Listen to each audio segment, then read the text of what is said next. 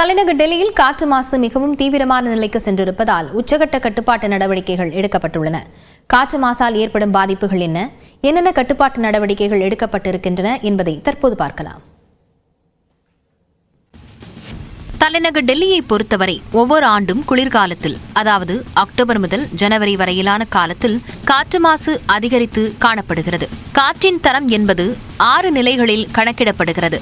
அதாவது 0 முதல் 50 வரையான அளவுக்கு இருந்தால் காற்று தரமாக இருப்பதாக கருதப்படுகிறது. 50 முதல் 100 வரை இருந்தால் ஏற்றுக்கொள்ளும் வகையில் காற்று இருப்பதாகவும், 100 முதல் 200 வரை இருந்தால் மிதமான காற்று மாசாகவும், 200 முதல் 300 வரை இருந்தால் மோசமான நிலையில் இருப்பதாகவும், 300 முதல் 400 வரை இருந்தால் மிகவும் மோசம் என்றும், 400 முதல் 500 வரை இருந்தால் தீவிரமான காற்று மாசு என்றும் கணக்கிடப்படுகிறது.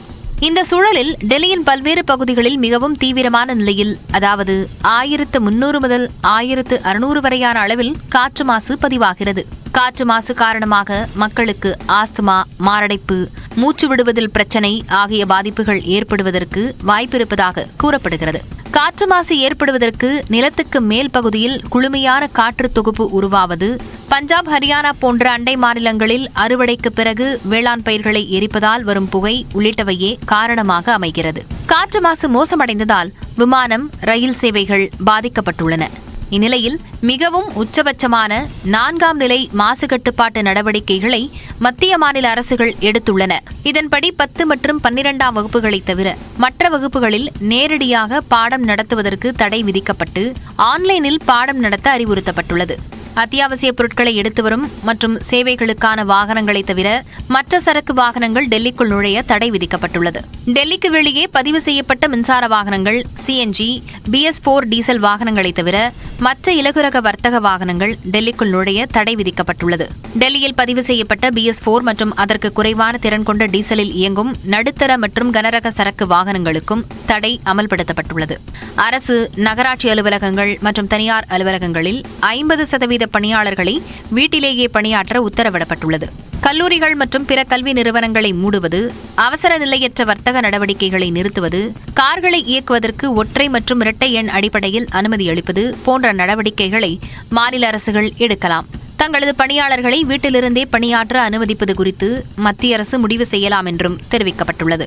குழந்தைகள், வயதானவர்கள், மூச்சு பிரச்சினை, இதய பிரச்சினை மற்றும் நீடித்த நோய் இருப்பவர்கள் முடிந்தவரை வீடுகளிலேயே இருக்கவும், வெளியில் செல்வதை தவிர்க்கவும் அறிவுறுத்தப்பட்டுள்ளது. இதனிடையே காற்று தூய்மைப்படுத்தும் கருவிகளின் விற்பனை 50% வரை உயர்ந்திருப்பதாக விற்பனையாளர்கள் தெரிவித்துள்ளனர்.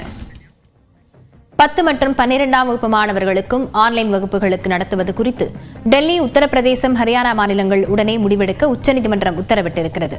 டெல்லி காற்று மாசு குறித்த வழக்கு விசாரணையின் போது புதிய கட்டுப்பாடுகள் முறையாக செயல்படுத்தப்படுகிறதா என்று நீதிபதிகள் கேள்வி எழுப்பினர்.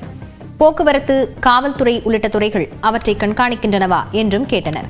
இதற்கு பதிலளித்த மனுதாரர் தரப்பு வழக்கறிஞர்கள் ஆங்காங்கே கட்டுமான பணிகள் நடந்து வருவதாக கூறினர். உச்சநீதிமன்ற வளாகத்திலேயே கட்டுமான பணி நடைபெறுவதாகவும் தெரிவித்தனர். இதையடுத்து உச்சநீதிமன்ற பதிவாளர் நீதிமன்றத்துக்கு அழைக்கப்பட்டார். அப்போது காற்று மாசு 450 எட்டிய போது ஏன் உடனடியாக கிராப் 4 நிலையை அமல்படுத்தவில்லை என்றும், 24 மணி நேரம் காத்திருந்தது ஏன் என்றும் காற்று மாசு மேலாண்மை ஆணையத்துக்கு நீதிபதிகள் கேள்வி எழுப்பினர். காற்று மாசு தரக்குறியீடு 450ற்கும் கீழ் குறைந்தாலும் கிராப் 4 நிலையை நீதிமன்ற உத்தரவின்றி நீக்கக்கூடாது என்றும் கூறினர். இந்த விவகாரத்தில் விவசாய கழிவுகள் எரிப்பு தொடர்பான தரவுகளுக்காக இஸ்ரோவையும் இணைக்க நீதிபதிகள் உத்தரவிட்டனர்.